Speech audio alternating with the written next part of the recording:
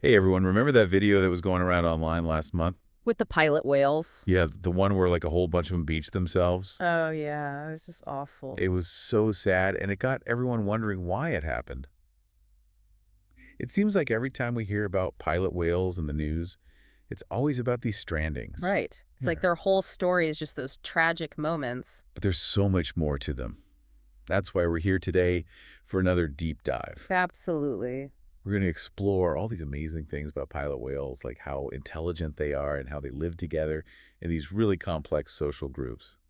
And we'll even try to untangle that whole thing with them and orcas. It's a weird relationship for sure. Yeah, it is. So we've got a ton of research to dig into for this one. Scientific papers, observation reports, even some news articles. Ready to get started? Let's do it. Okay, first things first. Did you know that pilot whales are actually dolphins? Yeah, it always throws people off because they don't really look like the dolphins we're used to. I know, right? But they're classified as oceanic dolphins, and they're actually the second largest dolphin species. Only orcas are bigger. They can get pretty huge too, like 5 to 7 meters long, and they could weigh a couple of tons. That's bigger than some great white I sharks. know, it's crazy. And have you ever noticed their foreheads? Oh, yeah, they've got those big bulbous melons. It's like they're constantly thinking about something super important. Well, actually, that melon shape serves a really important purpose. Is it for something other than fashion? It's all about echolocation. Ah, so it helps them find their way around. Exactly. It's packed with air sacs and tissues that help them send out sound waves and then interpret the echoes that bounce back. Oh, it's like their own personal sonar system. It lets them navigate and hunt in the deep ocean even when it's pitch black down there. That's pretty crucial when you're diving hundreds of meters below the surface. Absolutely. They rely on it constantly. So speaking of hunting, I read that pilot whales are like the cheetahs of the deep. Interesting comparison. Well, they mainly eat squid, right? Yeah, squid and other cephalopods, those are their favorites. And they use those quick bursts of speed to catch them. They're incredibly agile and fast, which makes them really effective hunters. That makes sense, but aren't there other deep diving whales like sperm whales that eat similar things? They do share some prey preferences, but their hunting strategies are completely different. Oh, how so? Sperm whales are more about endurance. They can stay underwater for a really long time. Pilot whales, on the other hand, are built for speed and agility. So it's like a sprint versus a marathon. Exactly. Pilot whales go for those shorter, more intense dives, perfect for ambushing squid in deep water. So basically, their bodies and their hunting style have evolved together to make them top predators in their niche. That's the beauty of evolution. Okay, so they're down there in the deep hunting squid. What else are they running into?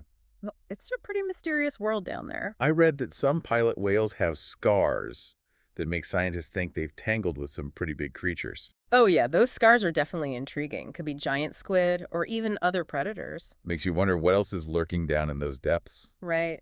There's still so much we don't know about the deep ocean.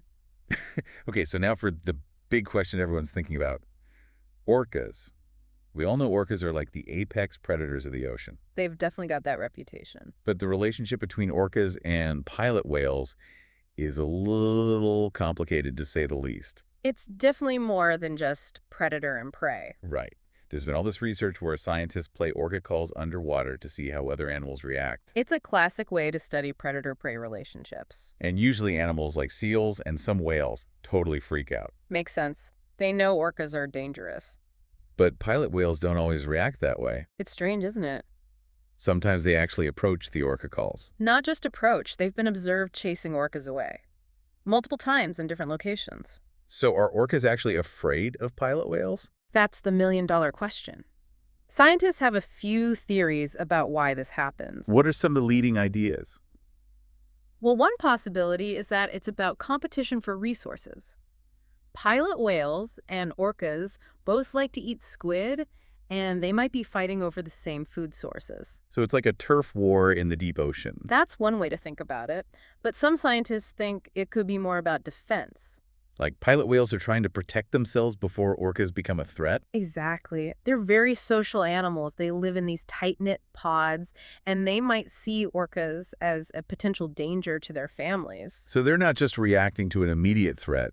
They're being proactive about protecting their group. That's the idea. It's like a preemptive strike to keep orcas away from their territory. Which brings us to another fascinating thing about pilot whales, their social structure.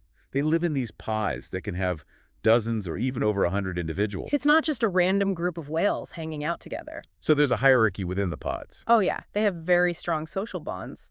And they're matriarchal right, meaning the females are in charge. That's right. The females, especially the older ones, play a huge role in leading and guiding the pod. That's so interesting. So it's not just about strength and size, it's about experience and knowledge. Absolutely. They rely on each other for everything from finding food to raising their young to avoiding predators. It really makes you wonder what it's like to be part of one of these pods. It must be fascinating to see how they communicate and make decisions as a group. And scientists think that these complex social structures are closely linked to their intelligence. The more we learn about them, the more we realize how smart they are. They have to be able to recognize individuals, remember past interactions, and coordinate their actions with the rest of the pod. It's not just about instinct. It's about learning and adapting to their environment together. Okay, so we've talked about their hunting strategies, their strange relationship with orcas, their complex social lives. But there's one more thing we need to address, and it's a pretty sensitive topic. The strandings. Yeah, it's heartbreaking to talk about, but it's a reality for these animals. We've all seen those images. Hundreds of pilot whales stranded on beaches. Yeah. It's hard to understand how it happens. It's been a mystery for a long time, and scientists are still trying to figure out all the reasons behind it. But we do have some ideas, right? Like, what are some of the main theories about why these strandings occur? Well, we know that certain areas are hot spots for strandings, places like New Zealand and Tasmania. And those areas have something in common? They tend to have these gently sloping beaches. And how does that play into the strandings? Well, those shallow, sandy environments can mess with their echolocation. So their navigation system isn't as effective in those areas. Exactly. It might lead to them accidentally swimming too close to shore and getting stuck. That makes sense. Yeah. But does that explain why so many of them strand at the same time? That's the part that's still puzzling. It's probably not just about navigational errors. There's got to be more to it. So what are some other possibilities? One theory is that if the leader of the pod, like the oldest female, gets sick or injured, she might accidentally lead the whole group ashore. And the rest of the pod just follows her, even if it means getting stranded. Remember, they're incredibly loyal to each other. They might be trying to stay together even in a dangerous situation. It's almost like they're willing to risk their lives to be with their family. It shows how strong their social bonds are. But there are other factors too, right? Like I've heard that things like naval sonar or even solar storms could play a role. There's some evidence to suggest that loud noises and electromagnetic disturbances can disorient whales and maybe even contribute to strandings. So it's like their senses are overloaded and they lose their way. It's definitely a possibility, but more research is needed to confirm those links. It seems like every stranding event could have a different set of circumstances, a combination of internal and external factors. That's probably the case. And it makes it really challenging to understand and prevent these events. So going back to that viral video we talked about at the beginning, what were your thoughts when you saw it? Well, what struck me was that it didn't look like they were just randomly swimming around and got caught in shallow water. It seemed more deliberate. Like they were choosing to go towards the shore. Exactly. And they were all huddled together, almost supporting each other. So maybe it was a case of a sick leader and the rest of the pod following out of loyalty. It's possible, but we can't say for sure. These strandings are complex events, and there's still a lot we don't know. It's a reminder that even with all the research we've done, there are still mysteries out there in the natural world. And those mysteries are what keep us curious and keep us searching for answers. Well said. There's definitely a lot more to uncover about pilot whales. And that's what we're here to do. Let's dive in. And that curiosity is what drives scientific discovery. It really is. So speaking of discoveries, let's go back to those impressive physical adaptations we talked about earlier. I mean, how do they manage to dive hundreds of meters deep without getting crushed by the pressure?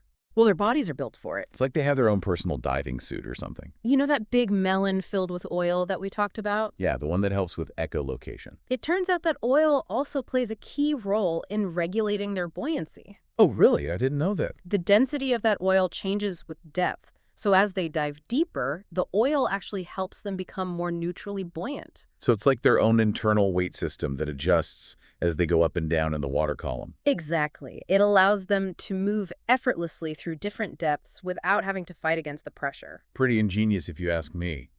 But what about their lungs and rib cage? Don't those get affected by the pressure changes? They've evolved to handle it. Their lungs and rib cage are incredibly flexible so they can collapse and re-expand efficiently. So it minimizes the risk of injury during those deep dives. Exactly. It's a remarkable adaptation that allows them to explore those depths without any problems. It's amazing how all these little details, from the shape of their head to the structure of their lungs, all work together to make them perfectly suited for that kind of environment. It really shows the power of evolution over millions of years.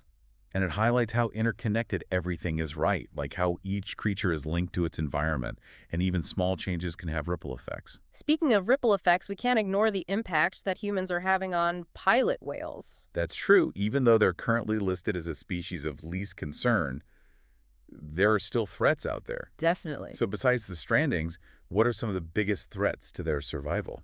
Well, one of the most significant is entanglement in fishing gear. I can imagine that being a problem, especially since they travel in these large pods. Exactly. It makes them more vulnerable to getting trapped in nets and lines, which can lead to serious injuries or even death. It's so sad to think about something as simple as a fishing net having such a devastating impact on these intelligent animals. But there are efforts to address this issue. That's good to hear. What's being done? Well, organizations are working with fisheries to implement more whale-friendly practices. Like what kind of practices? Things like using modified fishing gear that's less likely to entangle whales and educating fishermen about the importance of avoiding pilot whale habitats. So it's about finding ways to coexist peacefully and minimize the risk to these animals. Absolutely. It's a collaborative effort. Are there any other human-induced threats we should be aware of? Noise pollution is a major concern. From ships and things like that? Exactly. All that noise from ships and sonar can really disrupt their natural behaviors. It's like living in a world that's constantly filled with loud, jarring noises. And for pilot whales who rely on sound for communication, navigation, and hunting, it can be incredibly stressful. I bet. It probably makes it harder for them to find food and avoid predators. It can also impact their overall health and well-being. So it sounds like we need to be more mindful of the noise we're creating in the ocean. Definitely. It's about finding ways to reduce our impact and make sure we're not interfering with their lives.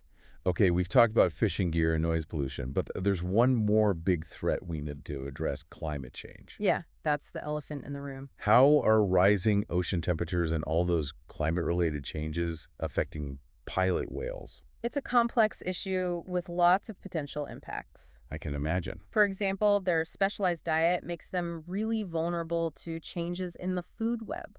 So if the availability of squid and other cephalopods changes, that could have a big impact on them. Exactly. If their food sources decline, they might not get enough to eat, which can lead to all sorts of problems. Makes sense. It's like a domino effect. Changes at the bottom of the food chain can ripple all the way up to top predators like pilot whales. And it's not just about food availability either.